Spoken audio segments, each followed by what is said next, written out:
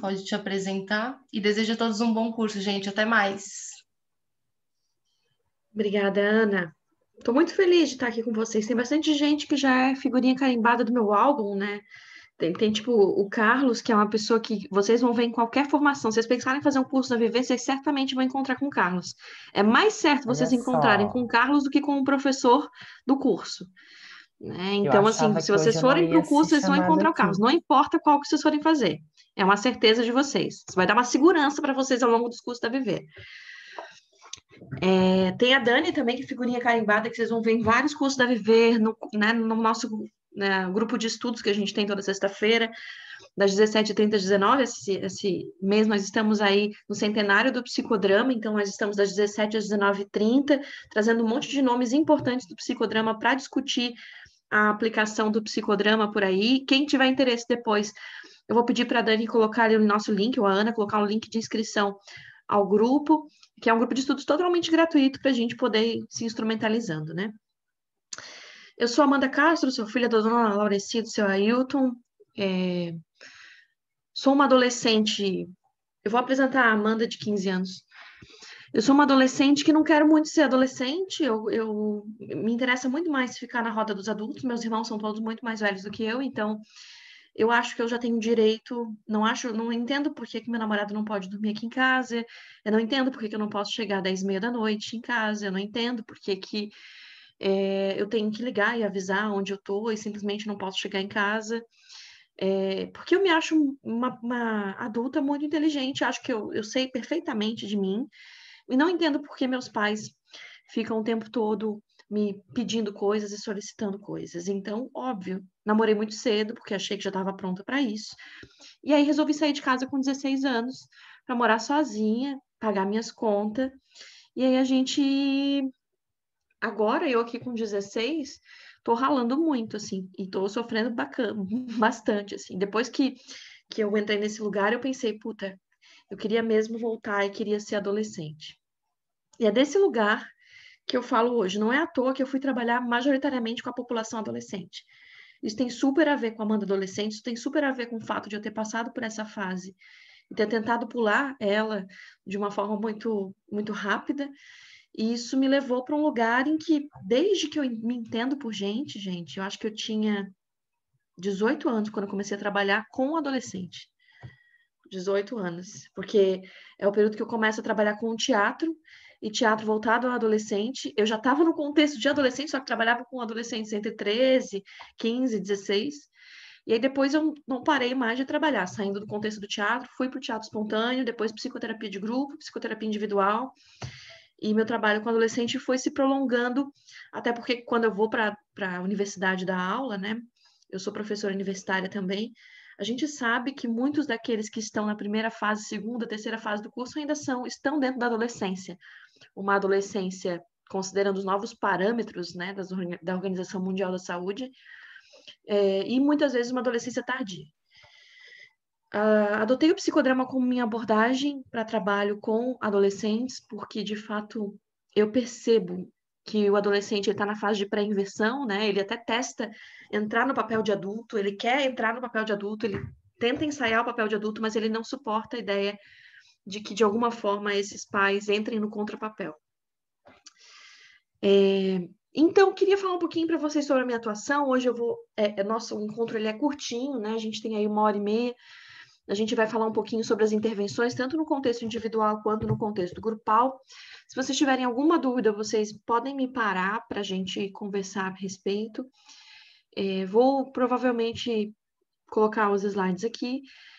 E caso vocês queiram, de repente, trazer algum compartilhamento, não necessariamente uma dúvida, sobre um trabalho de vocês, também fiquem bem à vontade, tá? Estou muito feliz de falar sobre adolescência. Quem me conhece sabe, foi um dos meus trabalhos, né? Na especialização em desenvolvimento, eu falei sobre adolescente. Na meu nível 1 e meu nível 2, eu falei sobre psicodrama com adolescentes. Então, para mim, é algo que me faz muito, muito bem. Eu me sinto muito feliz trabalhando com essa população. Como diria Bustos, é uma população que retroalimenta a minha espontaneidade. Sempre que eu saio de um atendimento com um adolescente, eu me sinto muito mais potente do que quando eu entrei. E claro, que como diz Bustos também, a gente está nesse lugar de cuidador para cuidar também um pouco das nossas cicatrizes. Então, não tenho dúvida de que a Amanda adolescente está nesse processo aí de cuidado junto com a Amanda adulta no manejo das técnicas.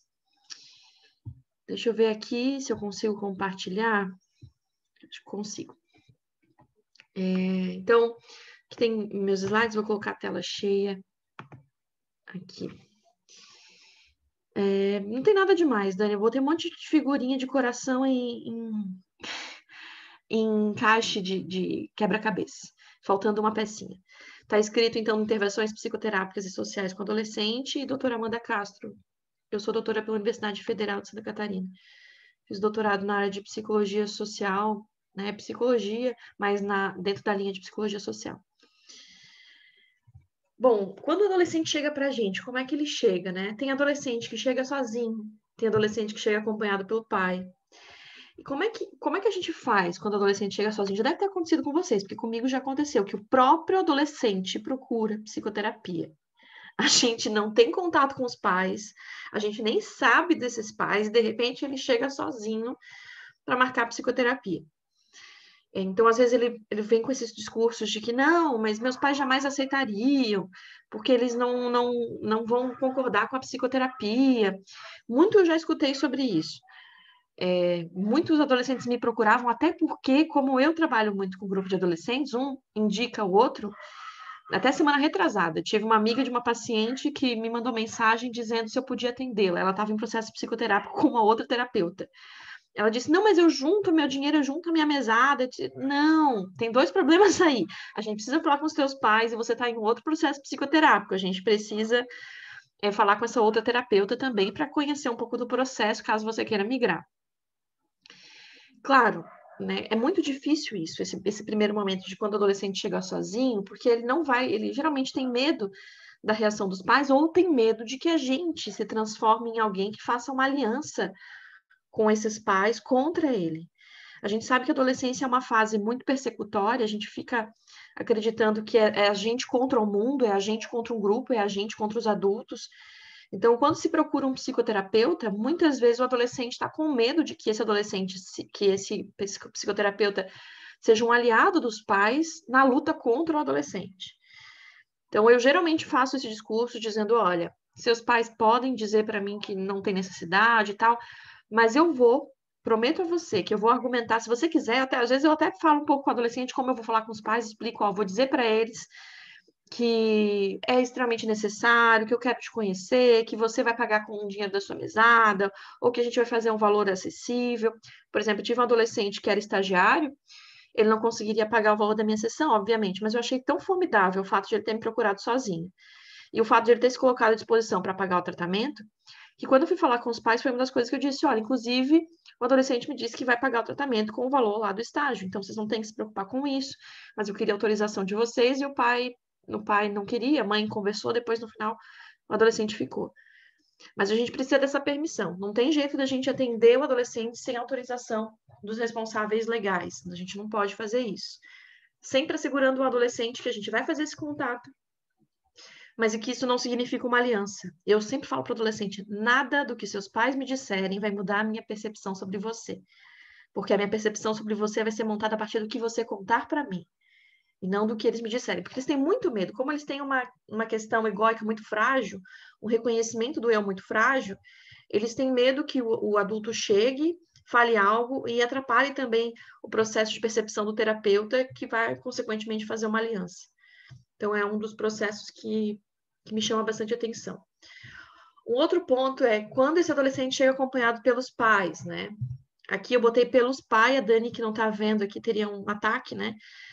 Desculpa aí a conjugação, mas foi um errinho aqui de digitação. Essa questão dos atendimentos em relação aos pais, à família e tal, quando chegam, a gente tem que tomar bastante cuidado, bastante cuidado. Porque, via de regra, o que acontece é que quando a gente coloca no consultório os pais junto com o adolescente, os pais começam a falar sobre o adolescente, na presença do adolescente, muitas vezes usando palavras que colocam o adolescente num processo de indiferenciação, que a gente fala no psicodrama, ou seja, ele vai se conhecer cada vez menos, ele vai entrar numa estratégia defensiva com o terapeuta, porque isso vai virar transferência. Então, se você tem necessidade de ter um diálogo com os pais chegaram acompanhando o adolescente, geralmente eu entro num acordo, né? Eu digo para os pais, olha, vocês aguardem aí na recepção, eu vou primeiro estabelecer um diálogo com o adolescente, depois eu falo com vocês. Aí eu estabeleço um diálogo com o adolescente, explico para ele que meu contrato de sigilo é com ele, que a terapia vai ser para ele, que eu estou aqui de alguma forma para auxiliar ele nas suas relações, e que eu não vou estar como mediadora dos desejos dos pais, mas como alguém para facilitar a relação dele com a família, com os amigos, enfim, com aquilo que ele deseja. Depois desse processo, eu falo, olha, eu preciso ter um momento com os teus pais. E aí eu entro em acordo com o adolescente. Pode ser hoje, eles estão já que eles vieram, pode ser hoje, porque eles têm que assinar uma documentação para você, para concordar, né, do contrato, para concordar com a sua continuidade aqui no processo psicoterápico. Posso falar com seu pai ou sua mãe hoje? E aí, de novo, eu repito, né? Não, de nenhuma forma, você vai... o que eles me disserem vai mudar a minha imagem sobre você, né? Eu quero só ter uma conversa. Tudo bem para você? Tudo bem, faço um acordo com o adolescente. Você tem adolescente que já me disse não. Eu não quero que você fale com meu pai, não quero que você fale com a minha mãe.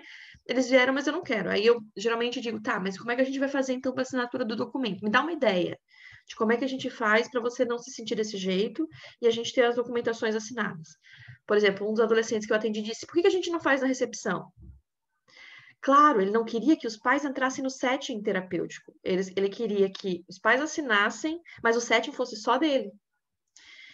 Então, eu fui até a recepção, a gente fez a assinatura lá, expliquei aos pais que neste momento eu não os chamaria para fazer uma escuta, que neste momento eu faria uma escuta do adolescente, que depois, quando eu combinasse com o adolescente, a gente chamaria eles.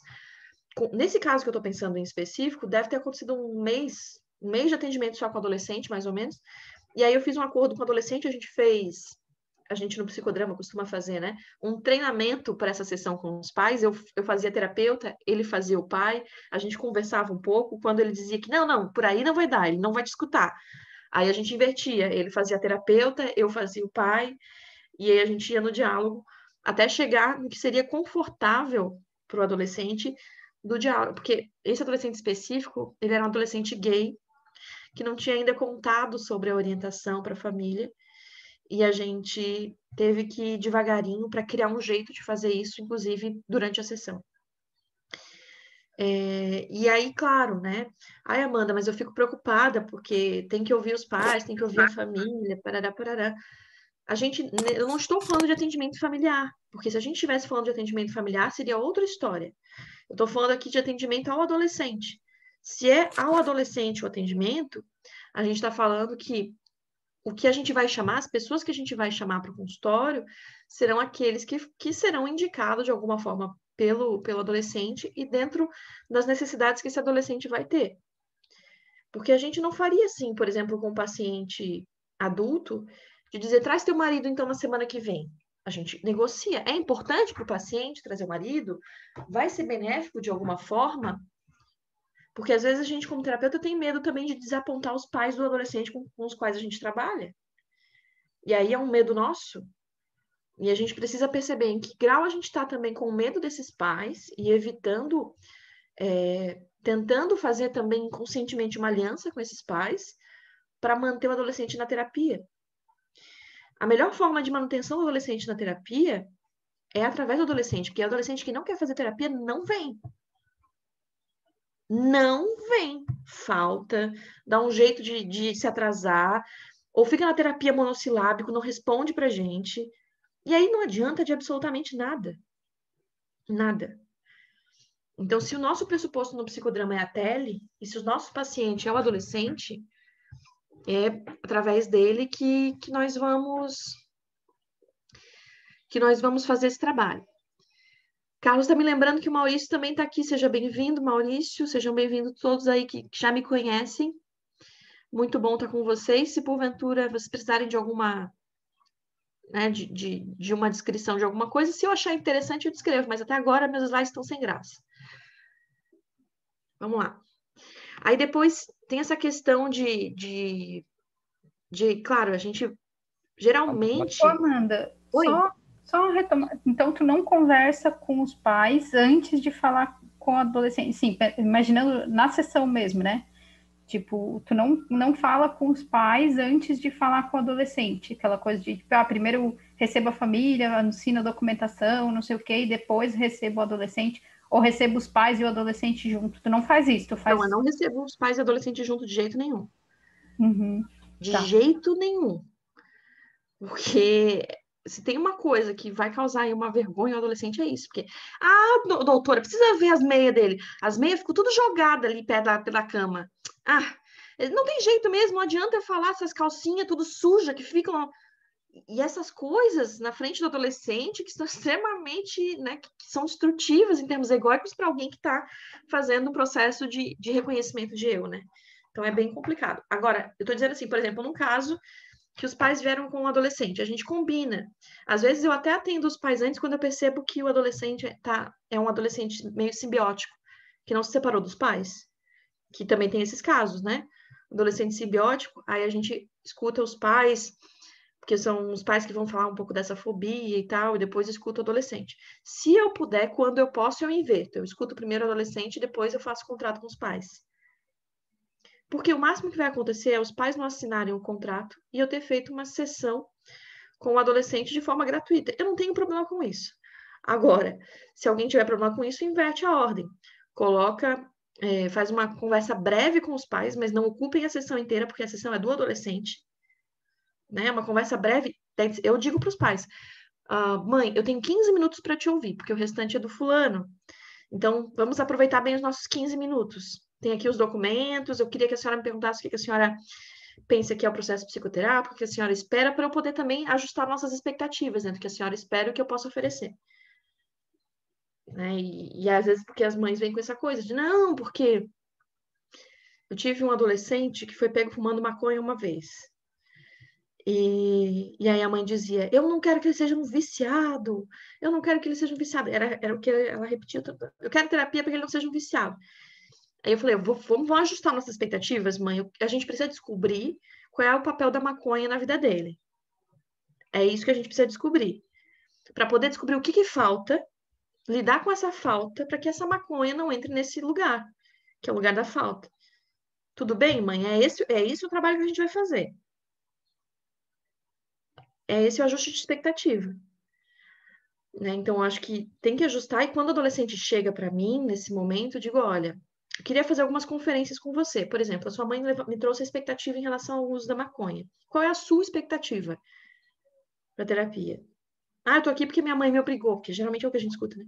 Minha mãe me obrigou, meu pai me obrigou, eu tô aqui porque eles querem, não quis vir.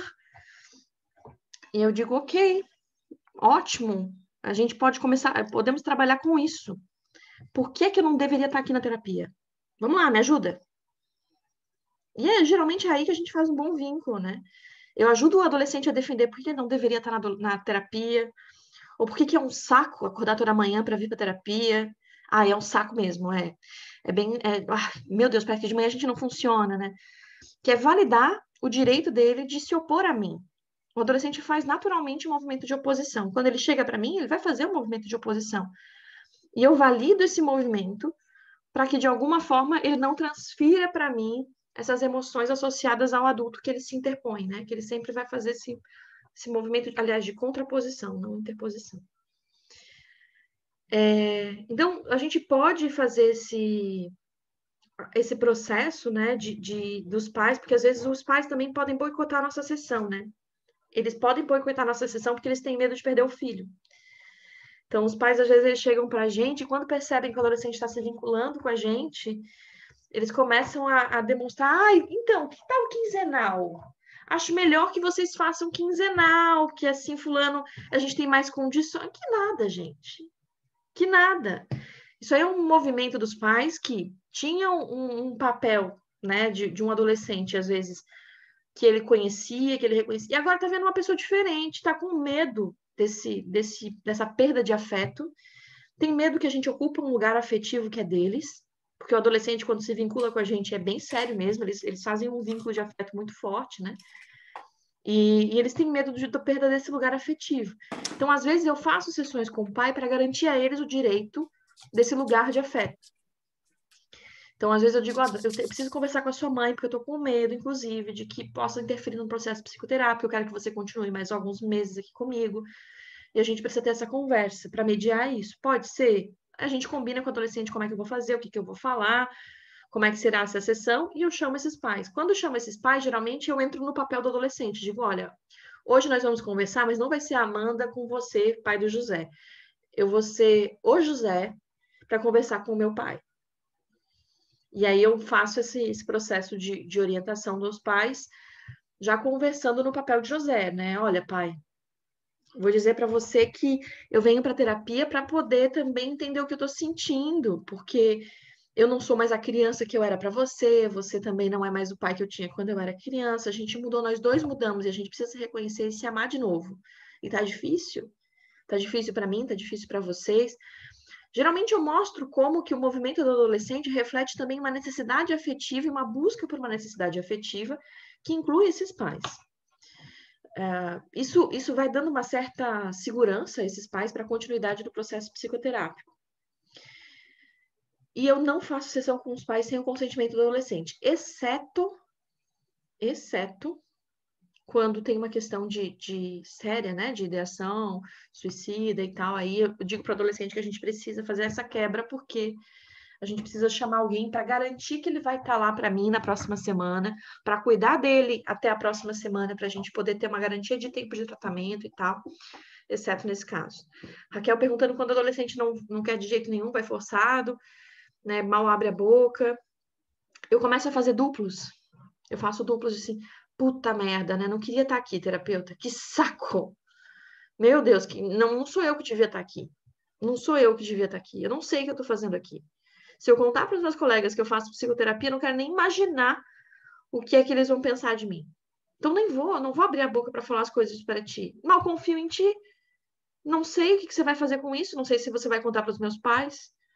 Então eu faço alguns duplos assim, quando o adolescente está meio desconfiado, para validar o direito dele de estar desconfiado, de estar nesse lugar. E aí, como eu vou falar logo mais adiante, eu uso muita estratégia projetiva com o adolescente, né? A gente não fala diretamente da gente. Então, a gente tem que fazer esse movimento, né?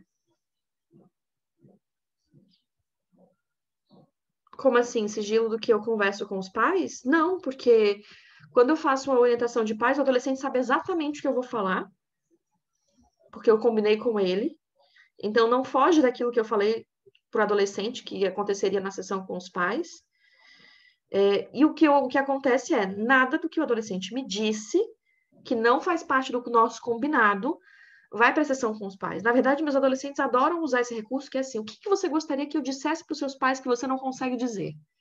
A gente vai fazendo vários treinamentos de como eu poderia dizer isso, e eu vou usando dessa estratégia para poder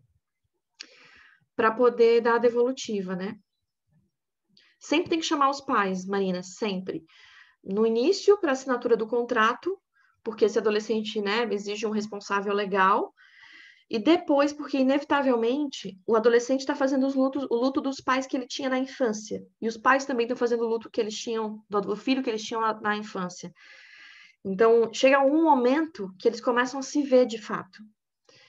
Eu tive um adolescente que trazia muito essa coisa de que a mãe não ligava mais para ele, porque a mãe estava num outro relacionamento, e a mãe dizia que o adolescente chegava e ficava trancado no quarto, não falava com ela. Os dois estavam falando da mesma coisa, exatamente da mesma coisa.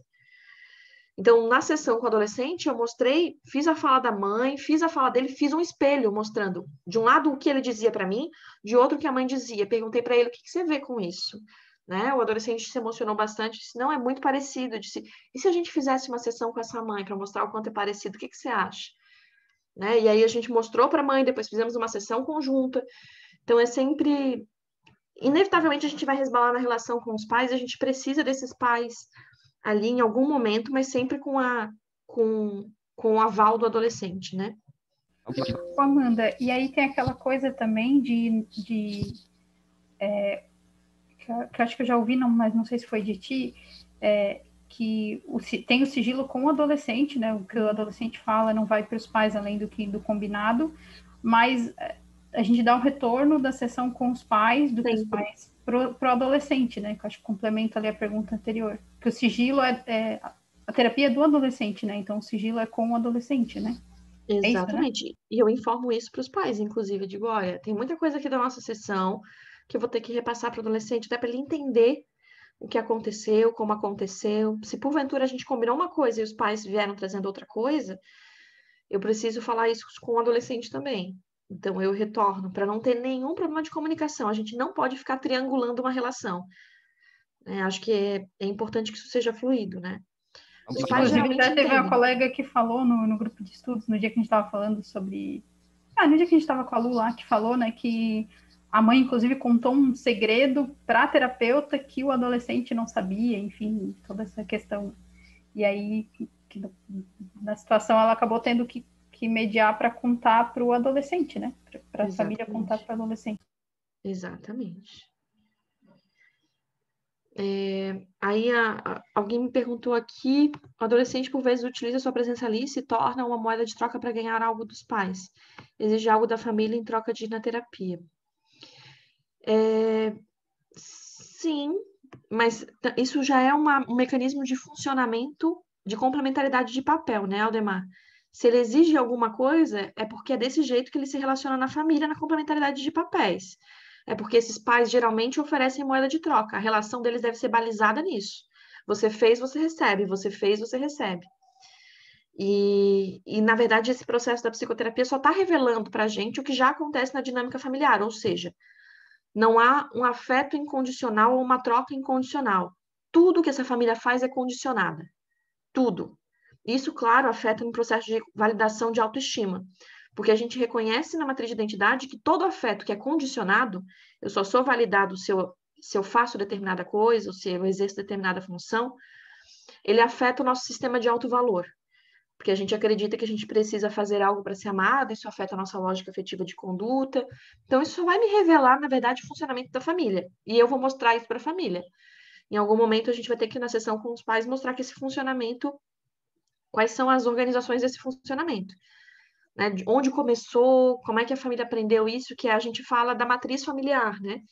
Então, às vezes, teve um caso não exatamente assim, mas teve um caso de que o pai era um advogado, né, extremamente articulado, e a adolescente tinha muitas dificuldades de poder conversar com esse pai, falar com esse pai, então ela sempre tinha que ser excelente aluna, porque no momento que ele ia trocar, era o momento em que ele ia buscar o boletim, e era o momento em que eles iam conversar. Era esse o momento de conversa que tinha, quando ia buscar o boletim. Então ela veio para terapia porque ele disse que seria bom que ela viesse para terapia, porque se ela viesse para terapia, ela ia conseguir lidar com os sentimentos e eles iam ter uma relação melhor, porque ele estava fazendo terapia. E tratando o adolescente como uma adulta mesmo. E então, nessa moeda de troca, ela precisava sempre ser muito madura, muito adulta, para poder receber as coisas. Ir para terapia era um reflexo disso. Quando eu fiz uma sessão com esse pai, eu fiz um processo de uma fantasia guiada para ele encontrar com eu adolescente. Aí, quando ele abrisse os olhos, ele ia ser o adolescente. E eu conversei com o adolescente dele e vi um adolescente trabalhando horrores, extremamente preocupado com uma mãe esquizofrênica, que não conseguia dar conta das coisas da escola. E eu fui validando o direito de ele ser adolescente. Tudo que você queria era pegar sua bicicleta e sair com os amigos, né? Tudo que você queria era poder sair sem pensar que, poxa, eu deixei minha mãe, eu tenho que voltar. Que difícil que deve ser não viver uma vida de tarefas, né? Porque você acostumou a viver uma vida de tarefas, mas você não queria. E aí o pai se emocionou, entrou em contato com essas questões. Aí eu apresentei a adolescente dele, né, a filha para o adolescente dele, enfim. Então a gente conversou, eu fiz um diálogo em que eu fui a filha, ele foi ele adolescente, a gente teve uma conversa e ele autorizou a filha, eu no papel da filha, né, a poder viver a adolescência. E depois, claro, isso teve um reflexo na própria relação com a filha. O que a gente precisa entender é que isso faz parte da matriz familiar. Esse vai ser um reflexo sempre da matriz familiar. Bom, seguindo, então, quando a gente trabalha com adolescente, a gente tem que levar em consideração sempre as teorias de vínculo, né? O adolescente, ele para se reconhecer, ele faz um movimento de reconhecimento e oposição. Quem eu não sou. Tanto que uma das coisas que eu geralmente trabalho com adolescente quando ele vem para mim, quando ele não se reconhece, é dizer, tudo bem, você pode não saber quem você é, mas quem você não é? Que tipo de pessoa você não é? O que você com certeza não faria? O que com certeza não faz parte de suas qualidades, de seus defeitos, enfim. Já que naturalmente ele faz um movimento de oposição para se reconhecer, eu uso isso tecnicamente para ir favorecendo também o reconhecimento dele. Então, a gente precisa sempre deixar muito claro essa questão do contrato, tanto para o adolescente quanto para o responsável, por conta desse movimento de oposição, que o adolescente pode repetir com a gente também. Evitar ouvir de forma unilateral o responsável legal sem a autorização ou compartilhamento disso com um adolescente. E, claro, trabalhar na adolescência, eu sempre falo isso quando eu oriento os psicólogos que fazem supervisão comigo ou estagiários, que é o cluster 3, o compartilhamento enquanto função psicoterápica, ele é mais importante com o adolescente do que qualquer outra fase da vida da gente. Então, compartilhar quem a gente era, o que a gente ouvia, o que a gente gostava quando adolescente, que música eu ouvia. Geralmente, quando meus adolescentes chegam, eu conto um pouco, assim, de se eles fossem encontrar a Amanda com a idade deles, onde é que eles me encontrariam e fazendo o quê? Ouvindo o quê? Assistindo o quê? Com que grupos de amigos? Geralmente a gente faz essa troca. E é um movimento de reconhecimento do eu e do tu, que vai ajudando o adolescente também via compartilhamento. Tem questões também de jogos que vão nos ajudando a entrar nesse reconhecimento do eu, né? Se eu fosse um animal, que animal você seria? Se você fosse uma cor, se pudesse ter um poder mágico, se você fosse uma música, que música você gostaria de ser? Se você fosse um personagem, se você fosse uma saudade. Essas estratégias de aquecimento que visam o reconhecimento do eu não tem que ser não tem que ser responsabilidade apenas do adolescente. A gente também tem que responder. Sempre. Né? Então a gente tem que responder. Se eu pedir uma música para o adolescente, eu tenho que dizer a minha música. Se ele falou uma saudade, eu tenho que dizer uma saudade. Então, sempre atendidos pelo adolescente e pelo psicoterapeuta. A gente tem um problema muito sério que é teórico, né? Que influencia na nossa prática. Quando a gente vai procurar definições sobre a adolescência, a gente vai procurar as definições que falam que é uma preparação para a vida adulta. A adolescência não é a infância e não é a vida adulta. É uma preparação para a vida adulta. Cara, se você diz que você é uma preparação para algo, logo você não é algo por si mesmo. Você não é nada. Porque você é algo que está se preparando para algo. E isso é um problema. Porque se o adolescente já está no caótico e a gente vem com um discurso de que ele está se preparando para a vida adulta, que ser adolescente é se preparar para a vida adulta, isso amplia a indiferenciação. Isso faz com que ele se sinta ainda mais no caótico, menos reconhecido. Então, a gente precisa tratar a adolescência como uma fase em si mesma, como uma etapa que tem tarefas a serem respondidas, não como algo que vai preparar esse adolescente para a vida adulta. Então, o adolescente é aquele que vai se experimentar no grupo de amigos, o adolescente é aquele que vai se experimentar em relação às suas responsabilidades, é aquele que, e de alguma forma, a gente percebe que o adolescente procura no grupo de amigos uma possível reparação, né? Uma possível reparação. Então, a gente percebe que dentro do grupo de amigos, aquilo que ele escolhe, se ele deixa escolher, se ele deixa ser escolhido, as pessoas que ele escolhe se relacionar, também dão para a gente uma hipótese sobre o que ele está tentando reparar nesse grupo de amigos. Eu tinha uma adolescente que ela se relacionava sempre com pessoas muito populares, assim, na escola. Sempre pessoas muito populares. Ela não era do grupo popular, mas ela tentava se inserir e tal. E aí depois a gente foi ver essa questão da ação reparatória. Claro, na família dela, a irmã era popular. Né? E o único jeito que ela teve para sobreviver à vinda da irmã, que era inteligentíssima, engraçada, que tinha vários atributos, era ela se aliar à irmã. Então ela tinha duas possibilidades. Ou ela tentava rivalizar com a irmã e ia perder, porque a irmã era preferida, ou ela se aliava à irmã para tentar usar dessa popularidade. E ela resolveu usar da popularidade da irmã, e o movimento que ela fazia com os amigos era uma tentativa de virar popular, ter uma ação reparatória de ser escolhida, finalmente ser escolhida. Então, a gente percebe que isso vai acontecer com os adolescentes, esse movimento reparatório através do grupo de amigos, que a gente precisa mapear. Então, quando a gente aplica técnicas para reconhecer os vínculos do adolescente, o átomo social, né, que é uma das técnicas do psicodrama, que a gente vai mapeando quem que você se sente mais próximo, né, se é o pai, se é a mãe. Aliás, a Dani usa o átomo suplementar, que agora no contexto online é muito, muito bacana de usar. Então, eu costumo usar, por exemplo, o átomo suplementar da Dani como uma adaptação. Eu penso, tá, então imagina aí uma casa, que cômodo seria a sua família? A cozinha. Que móvel seria seu pai? Que móvel seria sua mãe? Como é que você disponibilizaria esses móveis? Qual móvel ficaria mais próximo? Qual móvel ficaria mais distante? Né? Quem outras pessoas você gostaria de colocar aqui nesse átomo, nessa relação que você acha significativa? Enfim. E aí ela vai colocando as pessoas como móveis. A gente também pode fazer um átomo só de amigos, né? Então escolhe uma parte da casa para ser seus amigos. Que móvel seria cada um deles? Como que ela ficaria em relação a esses amigos? Que móvel seria ela? Isso também vai ajudando a dar para a gente uma ideia, né, de como é que está essa relação do adolescente em relação ao grupo de amigos que funcionam como reparação.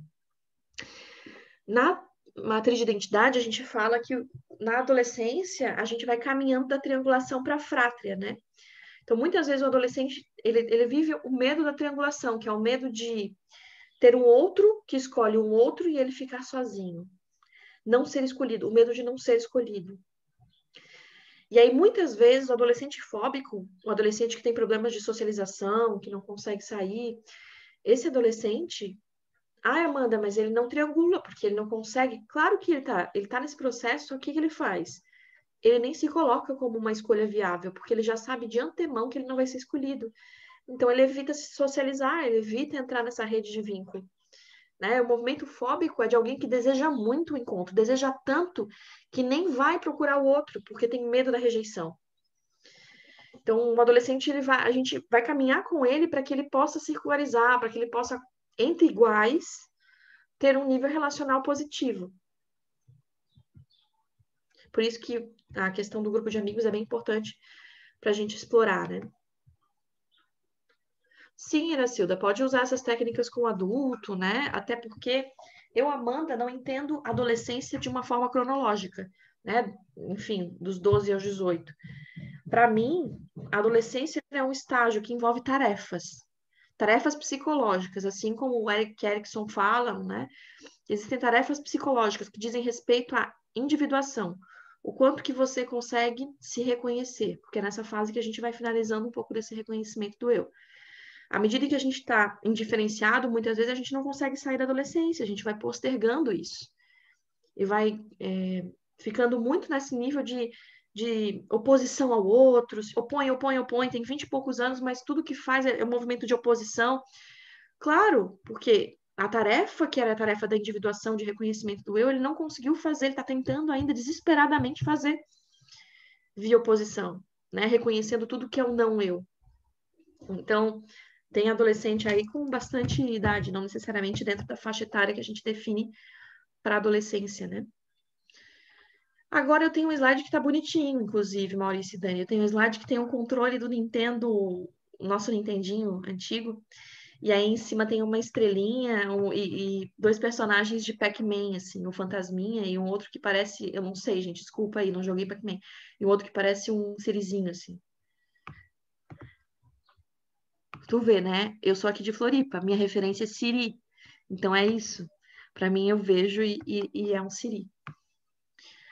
Bom, e aí a adolescência também é uma das fases que geralmente o adolescente vai trazer os jogos eletrônicos como estratégia de reconhecimento do eu.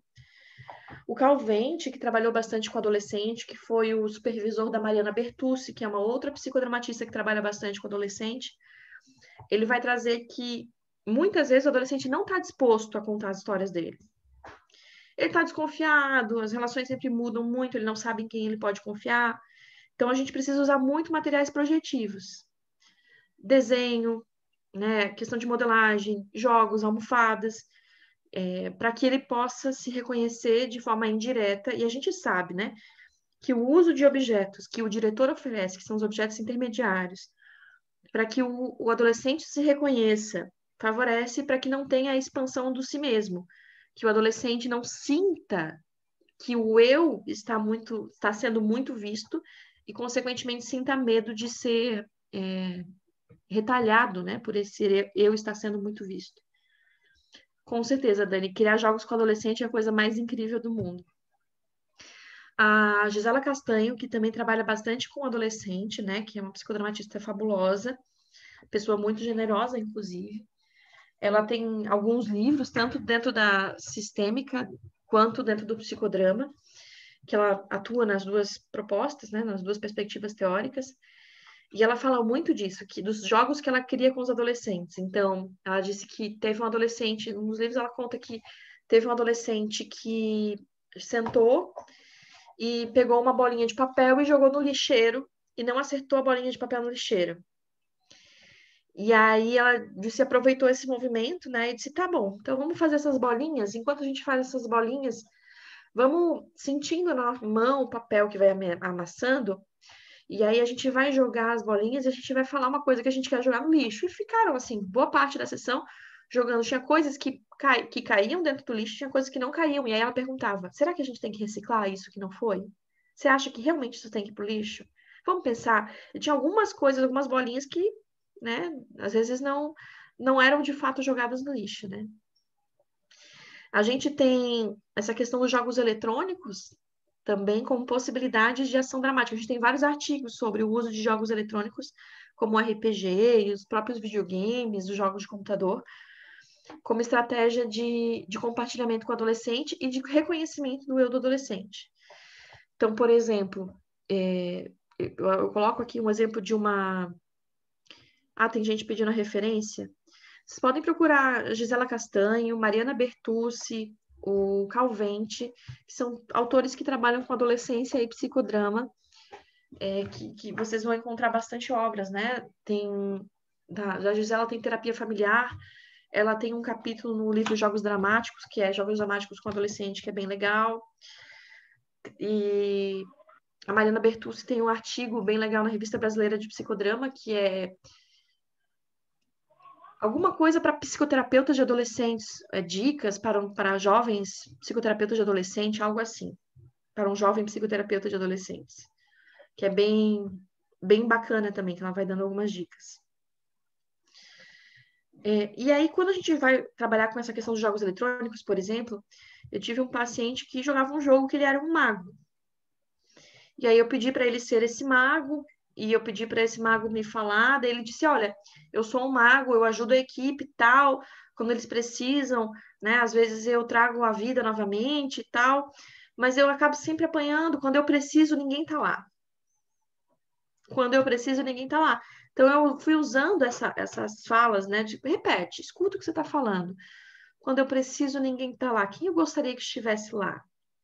Quem que seria importante que estivesse? Às vezes o adolescente entra na realidade dramática, traz um personagem, e às vezes ele diz meu pai, minha mãe, minha avó. E aí eu vou dentro do contexto que ele me traz. Se ele traz um outro personagem, eu vou trabalhando o que esse personagem traria de segurança para a cena, para ele não apanhar, enfim. Né, outra fala aqui, essa questão que eu queria que as pessoas soubessem que foi por minha causa que não morreram, que é um outro que tinha personagem também que ajudava muito o grupo, né? Ele jogava de forma colaborativa. Então, eu queria que as pessoas soubessem que por minha causa elas não morreram. Daí eu pedi assim, então diga a elas, né? Fiz uma cadeira vazia e ele foi dizendo, olha, cara, vocês deviam ser mais gratos, porque... O que é isso, gente? Isso é um adolescente tentando caminhar por uma valorização de eu, para atribuição de um alto valor nessa relação, né? E isso é bem importante. Eu acho que tem uma coisa... Desculpa, Amanda, mas eu fiquei pensando nisso que tu falou agora, que eu acho que tem uma coisa que a gente tem que desapegar, que quando a gente trabalha com isso dos jogos e tal, é essa sensação de que a gente não está trabalhando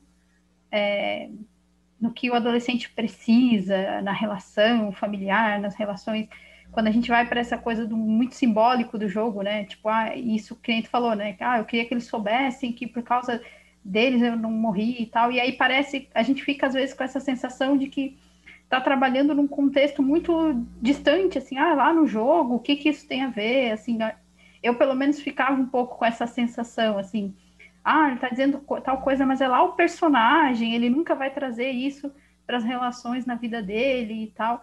que eu acho que a gente fica um pouco apegado com essa coisa, às vezes, né, daí depende, eu acho, muito do terapeuta, mas com essa coisa meio racional de que eu tenho que trabalhar lá no conflito com o pai, a mãe, o irmão, sei lá, e se eu tô trabalhando no jogo, no símbolo, no personagem, não vai ter efeito e tal, que é uma coisa que eu acho que a gente, quando a gente vai para esse contexto e quando a gente vai trabalhar com adolescente, a gente precisa desapegar, senão a gente fica sempre nessa angústia, assim, né? É verdade, é verdade. Porque aí a gente precisa entender que por que que é a realidade suplementar no final das contas? Porque a gente vai suplementar algo que falta da realidade. E o adolescente que vai no papel de mago e que consegue dizer que, bah, eu queria que vocês me ajudassem mais, eu não queria ficar sozinho. Como a gente entende como psicodramatista que os papéis atuam em cacho, se ele consegue dizer isso no papel de mago, ele está treinando para poder dizer isso no papel de filho. E eu não preciso, porque às vezes a gente fica tentado a dizer assim: você percebe semelhança com a sua relação com o seu pai aqui? Que daí a gente. Ai, quando a gente cai nessa tentação, o adolescente, não vejo nenhuma semelhança. Então a gente precisa tomar cuidado com essa tentação, porque às vezes a gente aguarda que o adolescente traz mesmo. Ele traz, puta, cara, era bem isso que eu queria falar pro meu pai. A gente, enquanto psicodramatista, psicoterapeuta, a gente tem que fazer um movimento de reconhecimento do eu. Se a gente sabe que o reconhecimento do eu se dá via oposição, se a gente for trazer uma informação que o adolescente ainda não dá conta, ele vai simplesmente se opor. Então a gente precisa trabalhar com ele para que ele treine, é roleplay, é treinamento de papel, roleplay, né? Ele vai treinar, vai dizer lá no papel de mago, vai dizer no papel de bárbaro, vai contar lá para a equipe dele do LoL, mas ele não vai, talvez, ainda estar pronto para dizer para os pais. Eu tive uma adolescente que ela tinha um personagem, um avatar dentro de um jogo de RPG que ela jogava com os amigos. E a personagem dela era uma personagem muito diferente dela, super agitada, falava bastante, ela é uma menina bem tímida. O que eu fazia? Eu colocava ela repetidas vezes no papel da personagem, repetidas vezes. E aí, às vezes, quando ela tinha uma situação difícil, que ela me trazia da família, por exemplo, eu dizia, não, mas agora você não precisa ser você. Seja a personagem fulana agora, respondendo aqui a família, com essa tua irmã que é, né, filha da puta. Vamos responder aqui. E aí, quando ela ia pro papel do personagem, ela conseguia. E dizia, e aí, Amanda, mas aí depois quando ela volta pro papel dela, ela não consegue. Como diz Bustos, psicodrama é uma homeopatia terapêutica mesmo. São pequenas doses diárias de espontaneidade. Você precisa ir treinando, né? Via roleplay, o adolescente vai testando esse papel até que, via cacho, já que um papel está ligado ao outro, ela consiga também fazer isso com os pais, né? Ou com a irmã, no caso da minha. Exatamente, Posso, Dani. posso interferir? Não sei se é mais para o final que eu posso estar interagindo. Não, pode interagir quando quiser. É que te ouvindo aqui, eu também não tenho experiência com adolescente, mas ouvindo tu falar, porque assim, eu tenho uma adolescente, né? E a menina, eu pedi para ela fazer assim, como que ela se vê. Aí eu dei revistas para ela se recortar e escolher uma imagem de como ela está se vendo, né? E depois, em outra atividade, um desenho, só que o desenho ela não colocou o rosto, e me chamou a atenção, porque geralmente é colocado o olho, às vezes tu não põe a boca, mas tem, e é só o círculo sem a expressão. E é uma menina que foi adotada, né? Então, assim, talvez ela não tenha se identificado com a família. E aí eu fiquei assim, como é que eu vou construir o eu dela, né? Para ela começar a se construir o que ela gosta, o que ela não gosta. E ela, tu vai conversar com ela, parece uma adultinha, assim, sabe? Eu acho até bonitinho, assim. Não parece a idade que tem. Muitas vezes, quando eu vou atender, até eu, enquanto terapeuta, esqueço da idade. Mas aí agora que tu falou nos jogos, assim, de repente ver uma música, né, quem sabe, para ajudar ela a se perceber. Eu fiz a troca de papéis, eu fiz de conta que eu era mãe e ela ia ser filha, depois nós ia trocar o papel e como que ela se sentia no lugar de filha e de mãe. Porque a mãe e ela querem a mesma coisa, mas as duas não conseguem se encontrar, né? Não sei se tu entende o que eu quero dizer. Claro, E ela claro. se deu conta de algumas coisas e ela sabe, me sentir culpada. Daí eu assim, não, a intenção não é que tu se sinta culpada, que ninguém tem culpa, mas é o pensar. Então tu percebe que lá no quarto a tua mãe queria te ajudar, tu também queria que ela te ajudasse, né? É de uma situação lá que ela relatou, e aí ela se deu conta. Eu disse, pai, agora para onde eu vou? Agora, ouvindo tu falar, acho que dá para ser com música. Aí de Eu repente, peço vejo às como vezes ela... para o adolescente me compartilhar a lista dele do Spotify, a playlist, né? Spotify, Deezer, enfim, o aplicativo que ele usa para ele me compartilhar a playlist. E aí eu às vezes compartilho alguma playlist minha, até brinco com o pessoal que me conhece, que às vezes adolescente começa a achar minhas playlists que são meio sombrias, assim, eu tenho playlist que tem Sidney Magal, por exemplo, aí depois eles trazem isso para mim, putz, putz, Amanda, escutei uma música lá que Deus o livre, só minha avó que escuta. Mas eu compartilho com eles também a minha playlist, eles mandam a playlist deles para mim, e eu uso na sessão como aquecimento, assim, às vezes eu coloco, eu vi que essa semana você colocou lá na playlist tal música, né? Você botou lá. Então vamos ouvir um trecho dela? Tá, fecha os olhos e tal. Às vezes eu peço para me dizer que imagens essa música cria na cabeça, que cenas vêm, ou para quem eu cantaria esse refrão. Vamos lá, eu vou cantar com você. Para quem eu gostaria que escutasse esse refrão? Será para quem? A gente vai trabalhando de diversas formas, né? Às vezes a música apenas como um aquecimento inespecífico, para relaxar, para entrar em contato com eu. E às vezes apenas para identificação, que parte de mim essa música revela, que parte de mim essa outra revela, que parte de mim essa outra revela. É bem legal o trabalho com música também, com adolescente deu super certo. Eu vou dizer para vocês que às vezes a gente entra num poço sem fundo, né? Porque meus adolescentes, a maioria ouve K-pop, né? E a gente começa a entrar num poço sem fundo de K-pop, você nem sabe mais como sair disso, né? Uhum. Não vou dizer que eu já não roubei algumas playlists de adolescente. Tenho algumas que eu já salvei ali para mim, que são muito boas. Mas olha, é tenso. E isso que tu traz, adolescente que não colocou o rosto, eu acho que tu pode trabalhar com ela, inclusive, os memes, né? E aí tá trazendo vários memes de quais memes representam a minha vida, assim. Quando que eu sou a Nazaré lá com aquela equação, quando que eu sou a Malu que chega no Big Brother e pergunta, né, o que que tá acontecendo? Quando que eu sou, sei lá, o gatinho com o olhinho cheio de lágrima? Dá para trabalhar também com os memes. Sim, eu acho que uma coisa que tu tá dizendo, Amanda, indiretamente, mas que é legal, é a gente conhecer, eu não sei se dá para chamar assim, mas a cultura adolescente, né? Tipo, Aham. o que que os adolescentes ouvem, o que que os adolescentes jogam, o que que os adolescentes, quais são os memes que estão pela internet, porque eu acho que não dá pra gente trabalhar, quer dizer, não é que não dá, né? Tô sendo muito radical, mas assim, é difícil a gente trabalhar com adolescente sem a gente entrar um pouco nesse universo adolescente, né? O que que os adolescentes, que nem tu falou, né? É uma enxurrada de K-pop, é uma enxurrada de meme. E às vezes o adolescente vai estar falando contigo em meme e a gente vai ser aquelas pessoas que tem que explicar o meme, né? Então, acho que a gente ir se aproximando um pouco mais desse universo adolescente também ajuda para a gente conseguir dialogar com o adolescente através do que ele gosta, né? Senão a gente fica, meu Deus, mas como é que eu vou trabalhar um meme se eu nem conheço o meme? O que que é meme mesmo?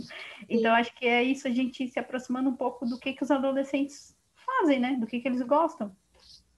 Sim. Naruto mesmo, os animes, né? Quanto que a gente vai entrando no universo dos animes, quanto que surge de Sasuke, Naruto, né? Vou liberar o meu Sharingan. E as coisas que são dentro da linguagem do adolescente que a gente precisa, às vezes tu não sabe de imediato, não sabe mesmo, mas você pede para que ele te conte, para que ele te explique, para que ele te insira, ele vai ter um prazer em te inserir na cultura. Eles têm prazer em inserir a gente. Já joguei altos Minecraft.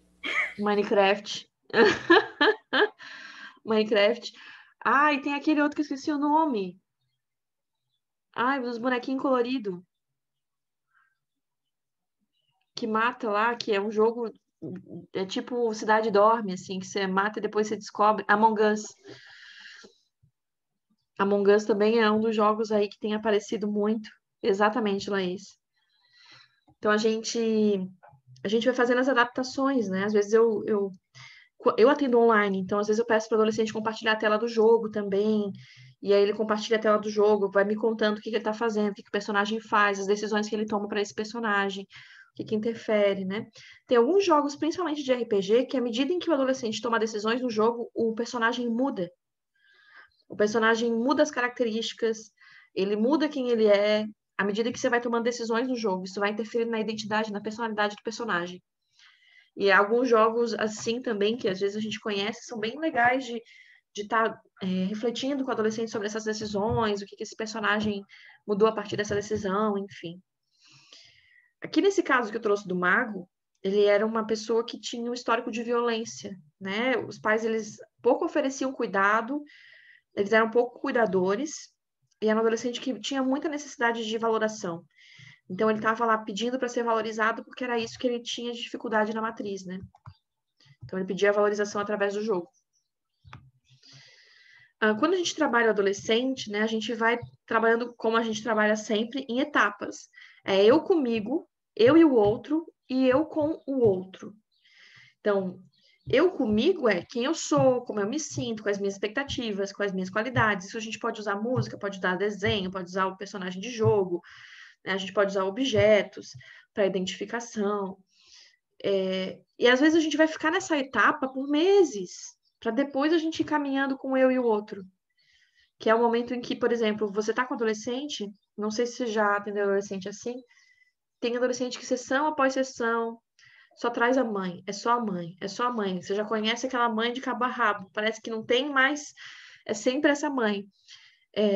E o fato de ele estar falando insistentemente sobre essa mãe significa que ele está na fase do eu e o outro. Ele está tentando se lançar para quem é o outro, ele já não está mais na fase do eu comigo. E aí, na fase do eu e o outro, a gente precisa ir trabalhando com o adolescente o direito de ele se sentir do jeito que ele se sente em relação aos vínculos. O que cada vínculo desperta. Então, às vezes, eu brinco com os adolescentes pedindo para que eles desenhem uma chave para cada relação. Qual seria a chave que abriria a relação dele com os pais? Desenha a chave da relação dele com os amigos, a chave da relação com o irmão. E aí eles trazem coisas como tipo, uma chave super pequenininha que mal cabe na fechadura, uma chave muito grande que também não entra, ou é uma chave que não tem, não tem, como é que se chama, meu Deus? Que não tem lugar para segurar. É uma chave que é só um risco. Não tem onde você segurar para poder girar, né? E aí a gente vai trabalhando um pouco do que essas chaves abrem, por que é difícil abrir, que é a ideia de como cada relação me afeta, como cada vínculo me afeta, como cada vínculo me transporta para onde. Que personagem eu escolho para minha mãe, que personagem eu escolho para o meu amigo, que personagem eu escolho, né, se for Naruto. Né, vai ser o Sasuke para mim, vai ser o Naruto para minha amiga, vai ser o Kakashi para o outro lá, né? E aí você vai colocando lá dentro dos personagens aqueles que para o adolescente, né, vai representando esse átomo. Isso já é a fase do eu e o outro. Uma outra pergunta na fase do eu e o outro, além de como é que eu me sinto em relação a esse outro, é como é que eu me aproximo desse outro? Quais são as estratégias? Porque o adolescente, para ele, às vezes não está claro que ele está tentando se aproximar de alguns vínculos. Mas mostrar quais são as estratégias que ele usa de comunicação. Isso precisa de muito espelho, tá? Para mostrar a relação do eu e o outro, é preciso muito espelho. Então, eu tinha uma adolescente, por exemplo, que ela tinha uma relação com a mãe que era da seguinte forma. A mãe viajava pra caramba. Quando essa mãe estava em casa, ela geralmente era momentos em que ela saía para se divertir com os amigos. Então, aconteceram muitos episódios em que ela voltou bêbada para casa, bem embriagada, logo depois da mãe chegar de viagem. E geralmente acontecia isso, ela estava bêbada quando a mãe chegava de viagem. E aí, quando a mãe ia falar com ela era bem agressiva. E aí a gente começou a perceber, né?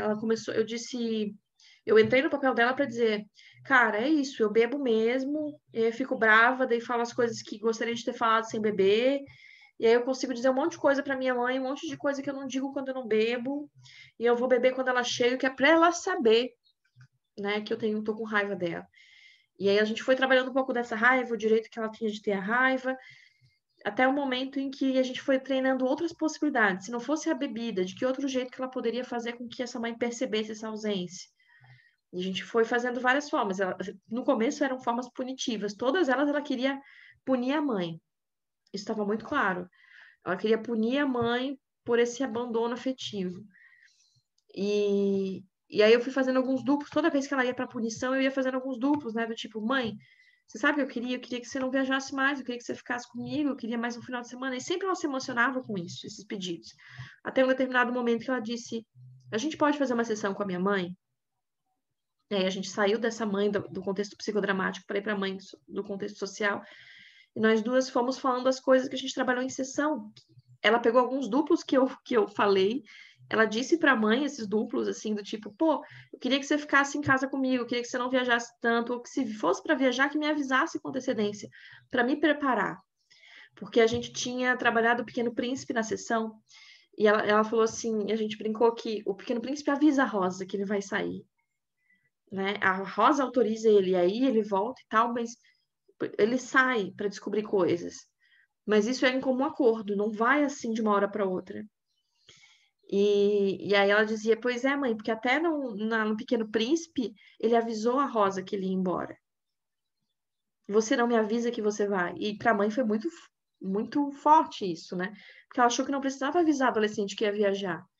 Que estava tudo bem, que fazia parte do trabalho, né? E aí a gente... Né, esse diálogo, que foi uma coisa extremamente simples, vários duplos que a gente tinha feito antes, nós duas juntas, foi suficiente para ela se aproximar dessa mãe. Ou, inclusive, se afastar. Tem figuras parentais que o adolescente deseja se afastar, inclusive deve.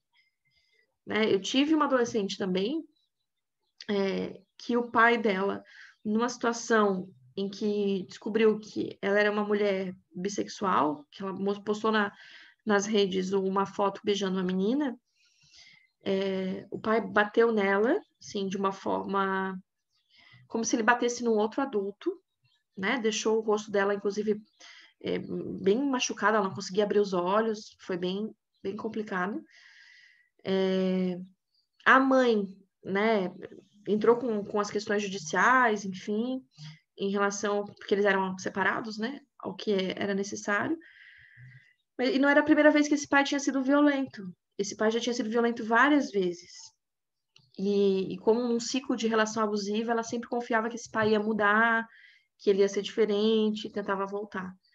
Então foi bem, no caso dela, foi muito importante a gente fazer o luto do pai ideal, que não existia, né? E colocar ela para poder contar com as figuras afetivas de apoio que ela tinha.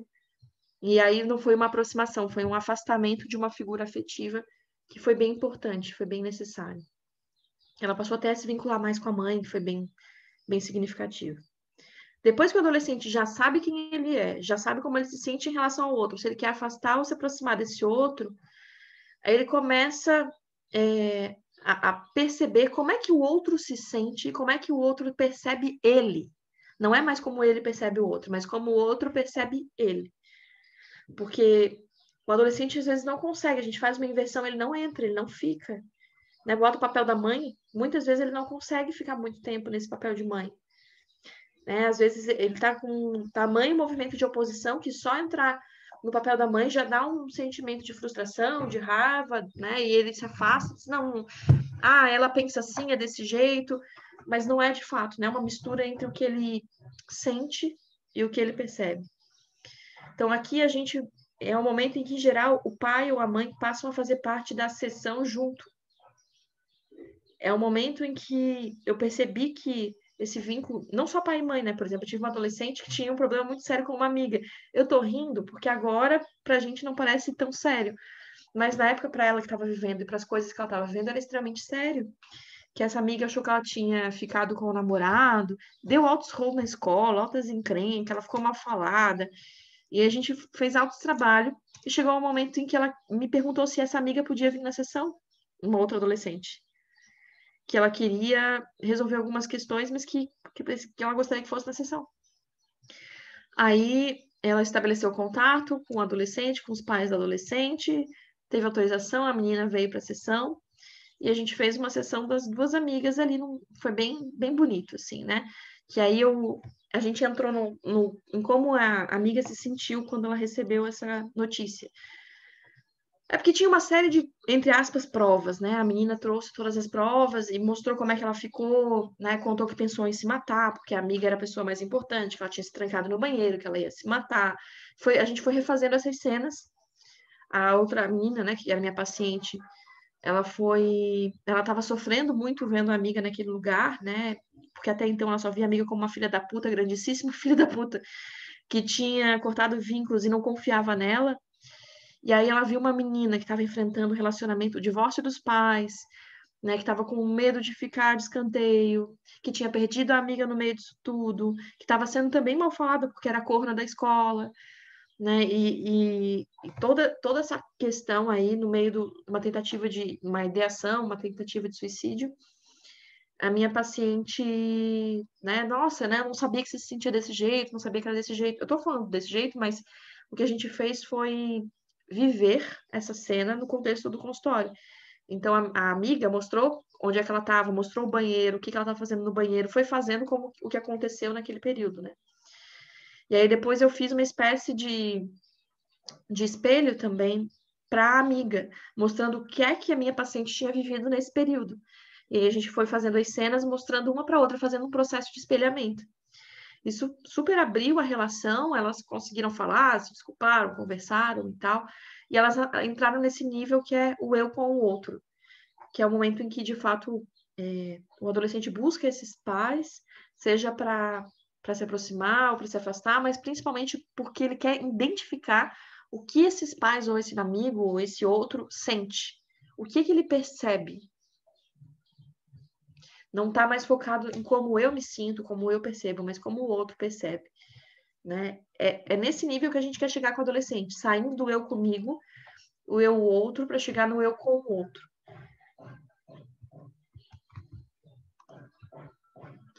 Aí, como eu falei para vocês, é muito comum a gente ter o luto do corpo infantil na adolescência, porque esse corpo já não é mais o mesmo corpo, ele é diferente. Né? Eu, às vezes, brinco com os meus adolescentes, assim, se eles já tiveram um filhote de cachorro que cresce muito rápido e que, de repente, sai por aí batendo nas coisas porque não tem noção do tamanho do corpo, né?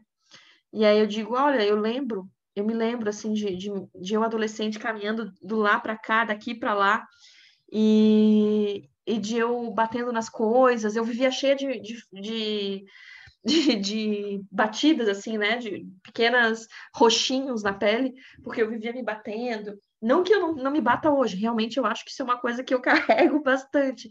Não tenho dimensão do meu corpo, mas na adolescência isso é bem mais comum, né? E o adolescente, ele vem nesse lugar do luto, dessa transformação do corpo. A gente sabe que não acontece de uma forma parelha. Às vezes os braços crescem demais, os pelos crescem demais, né? O rosto, a gente vai achando que está um pouco desproporcional, está magro demais, né? Um pouco da proporcionalidade do corpo que a gente tinha na infância, a gente vai desconhecendo aí na adolescência. Então a gente tem que reconhecer esse novo corpo. E muitas vezes o adolescente vai para o sexo muito precoce, por quê? Porque ele quer reconhecer esse corpo novo. E é o jeito que ele encontrou de reconhecimento desse novo corpo, dessa nova forma corporal. Então, a gente também precisa ajudar o adolescente a reconhecer e fazer o luto do corpo infantil, justamente para que a sexualidade não seja uma estratégia de reconhecimento de corpo. Né? Para que ele não precise da validação do outro para o corpo que ele veste. Que ele possa validar por si mesmo o próprio corpo. Que ele não tenha dependência do outro para saber onde acaba ou começa o corpo. E é nesse lugar também que entra a masturbação, todo o processo de estimulação.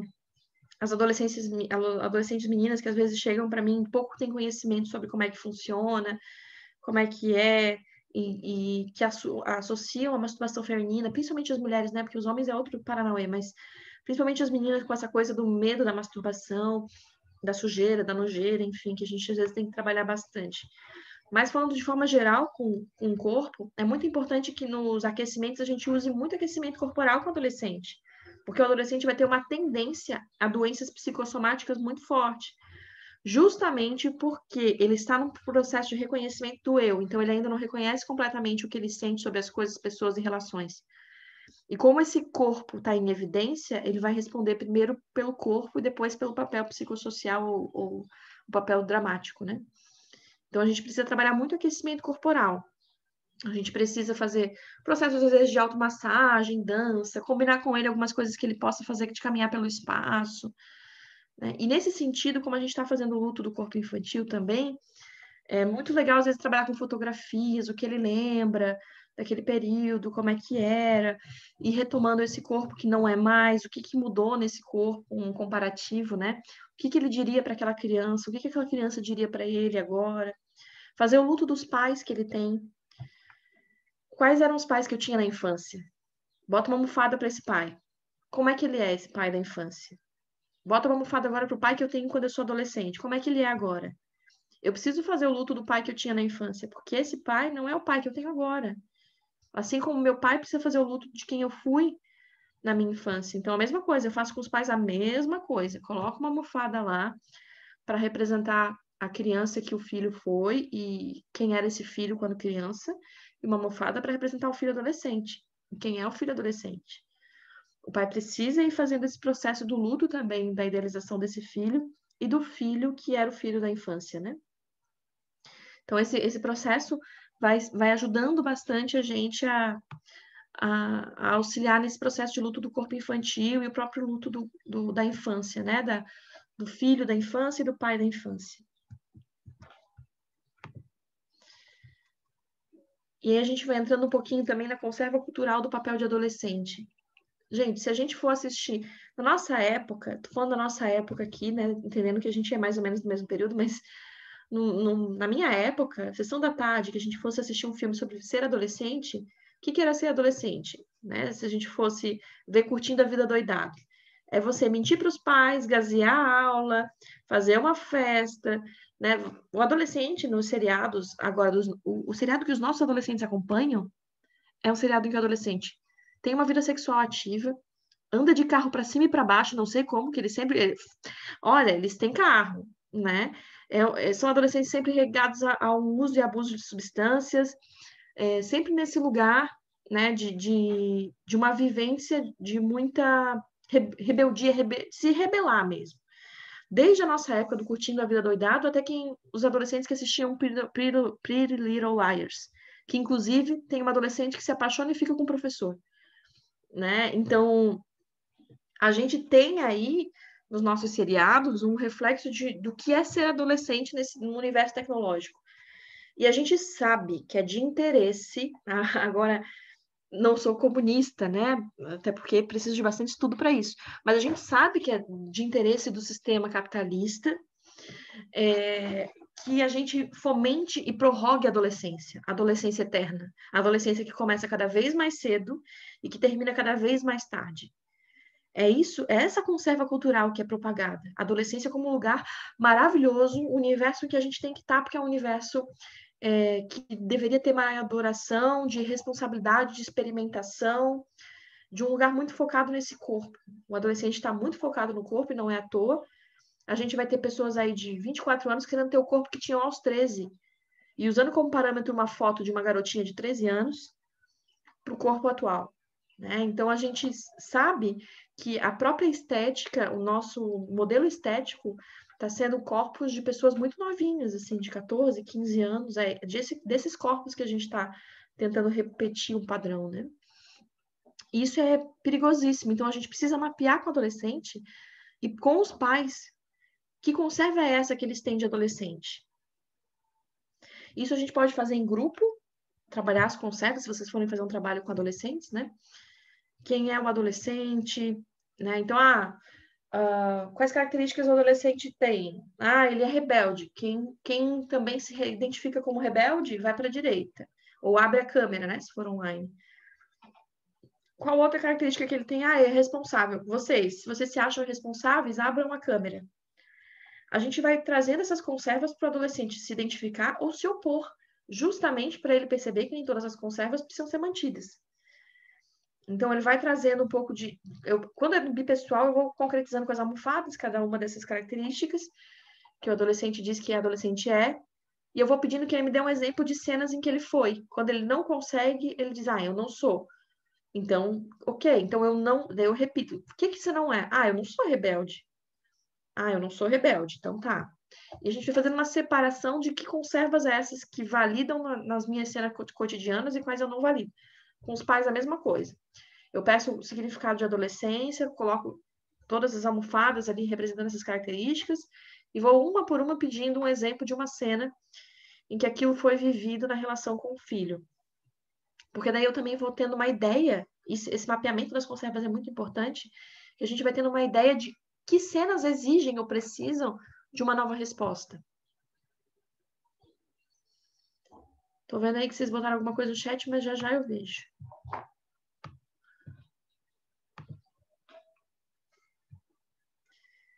Ah, sim, curtindo a vida doidado. Nossa, a representação da adolescência é muito negativa. Geralmente o que aparece é muito negativo. E aí, nesse lugar, essa conserva que os pais fomentam, de alguma forma, está trazendo para a gente uma complementariedade de papel do adolescente. Se os pais acreditam que aquilo é ser adolescente, o filho, para ser um adolescente, vai complementar esse papel, vai entrar nesse lugar dessa conserva. Então, a gente precisa trabalhar essas conservas de pai e filho, identificando essas características. Assim como Ferreira diz, né, o adolescente ele vai precisar se separar dos pais, se separar dos grupos sociais. Então, a gente trabalha muito essa ideia do que eu sou versus quem eu não sou. E a gente, como psicoterapeuta, a gente tem que tomar muito cuidado para não representar a mesma exigência dos pais. Quando o adolescente começa a transferir para a gente esse papel dos pais na relação, achando que a gente está sendo exigente, que a gente está exigindo deles um comportamento que não é deles, ele vai começar a ficar impaciente, ele vai rejeitar, ele vai ficar passivo, ele vai ficar silencioso. Então, a gente precisa se diferenciar desses pais também. Eu tenho um adolescente trans, ainda na semana retrasada, ele estava me falando, né? Ele disse, cara, eu não consigo conversar com adulto nenhum. Falando pra mim, né? E eu aqui só ouvindo, pensando assim, cara, será que ou eu sou adulta e ele não consegue conversar comigo, ou ele não me vê como adulta? E eu fiquei esperando para onde é que isso aí ia dar, né? Aí ele disse, não, exceto tu. Mas é porque tu é uma adulta diferente, né? Tu é uma adulta adolescente. E esse processo, né, da linguagem também, que é usada no consultório, que, assim como eu falei palavrão hoje, que eu uso palavrões para me expressar, faz parte da minha linguagem, quando o adolescente usa, eu não fico horrorizada, não faço nenhum tipo de chamamento, ou se ele usa algo da linguagem dele que eu não sei, eu peço para que ele me explique. Na época que surgiu a palavra crush, eu ainda não sabia o que era crush, lá no começo dos primórdios, acho que era 4 anos atrás. Eu não sabia o que era crush. E eu lembro de um adolescente que falava crush, crush, crush, crush, crush para mim. Eu não sabia o que diabos era crush. Eu disse, você pode me dar um exemplo de que é um crush? Porque eu não estou acompanhando. Ela deu uma gargalhada, né? Ela riu. Ela disse, então, é o fulano, que eu gosto dele, mas eu não falo para ele, eu tenho interesse nele. Aí eu disse, igual eu tenho crush no Antônio Bandeiras e tal. Aí eu fui entendendo o que era crush, a gente foi conversando sobre os nossos crushes. E essa coisa da linguagem faz pontes. A gente não deve nem ouvir passivamente uma palavra que a gente não conhece, a gente precisa pedir exemplos, e a partir do momento que a gente usa esse exemplo para validar essa linguagem, essa forma de comunicação adolescente, a gente precisa mostrar a partir da nossa vivência que a gente entende o uso dessa metalinguagem, né? E então, assim, tá, você me explicou o que é crush, então vê se é certo de dizer que o meu crush é o Antônio Bandeiras. Isso vai ajudando o adolescente também a perceber que a gente está tentando entrar dentro dessa linguagem e se comunicar dentro de uma linguagem que é peculiar, que faz parte dos grupos que ele pertence, né? Então, a gente não deve se mostrar muito semelhante nessa questão da conduta de exigência semelhante aos pais. Tanto que quando eu vou fazer alguma consideração, eu faço muito duplo, gente. Porque o duplo não é o pai falando, não é a Amanda adulta falando. O duplo sou eu no papel do adolescente falando com o adolescente. Né? E aí isso vai se tornando bem menos opositor. Eu entro menos nesse lugar transferencial. E aí o Calvente vai dizendo para a gente que quando o adolescente não tem dificuldades muito graves, o ideal seria a gente trabalhar com eles em grupo. Porque em grupo eles vão se sentir mais protegidos, entre semelhantes, e vai aparecer a forma de conflito deles muito mais clara nos grupos do que apareceria no individual. Bustos diz uma coisa, ele diz assim, que antes de a gente inserir as pessoas, né, a gente pode fazer um processo psicoterápico para depois inserir em grupo, que seria o ideal também, né, e preparando o adolescente para poder fazer parte de um grupo, né? A gente sabe que não é desse jeito, é difícil, quem faz grupo aqui sabe que é muito difícil a gente ter cultura de grupo, e e ainda mais se a gente for propor uma coisa que a gente vai começar atendimento individual e depois encaminhar para o grupo. Então, o que alguns terapeutas têm feito, que dá muito certo, é começa o atendimento individual com o adolescente, faz durante um bom tempo, quando percebe que está caminhando para o reconhecimento do eu, diz, então, eu estava pensando em nós fazemos uma tentativa, um teste de um grupo com vários pacientes como você, que eu estou atendendo. Geralmente pegar entre a própria demanda de pacientes e fazer alguns testes com eles de inserção em grupo e não tirá-los direto do atendimento individual e fazendo gradativamente essa inserção até que seja substitutivo, né? É uma estratégia também. E a gente, no psicodrama, a gente pode usar teatro espontâneo com os adolescentes, sociodrama, psicodrama, axiodrama. O universo do trabalho de grupo é imenso. Mas, acima de tudo, a gente não pode esquecer do nosso eu adolescente em contato com o adolescente. A gente não pode esquecer. A gente não pode esquecer do quanto algumas coisas e relações eram graves. Outro dia eu estava conversando com meu marido, a gente estava falando sobre de como eu me sentia, né, assim, como adolescente, na época de escola, e eu fiquei pensando, nossa, eu não sei se eu gostaria de voltar a essa fase. Eu não sei se hoje eu gostaria de voltar a esse lugar. Que difícil que foi. Que difícil que foi para mim, que difícil que foi passar por esse lugar. Né? E a retomada desse papel de adolescente da gente também vai nos auxiliando a nos reorganizar com os adolescentes atendidos. O material que eu tenho, como todo mundo sabe, me conhece, ele é extenso, então eu acabei não apresentando tudo que a gente tem do material, mas aí nós teremos a pós. Vocês podem ter mais informações depois com o apoio, com a Ana, né? Eu sou uma das professoras que trabalho aí com a pós para adolescentes, né? No atendimento a adolescentes.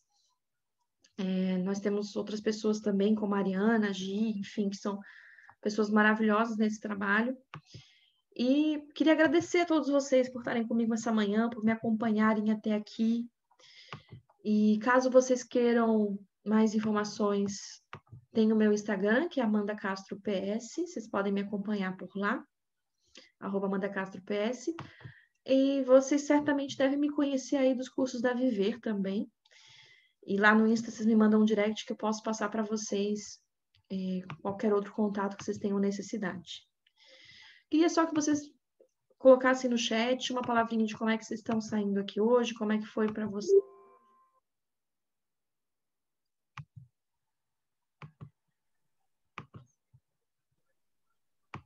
Show de bola. Bom.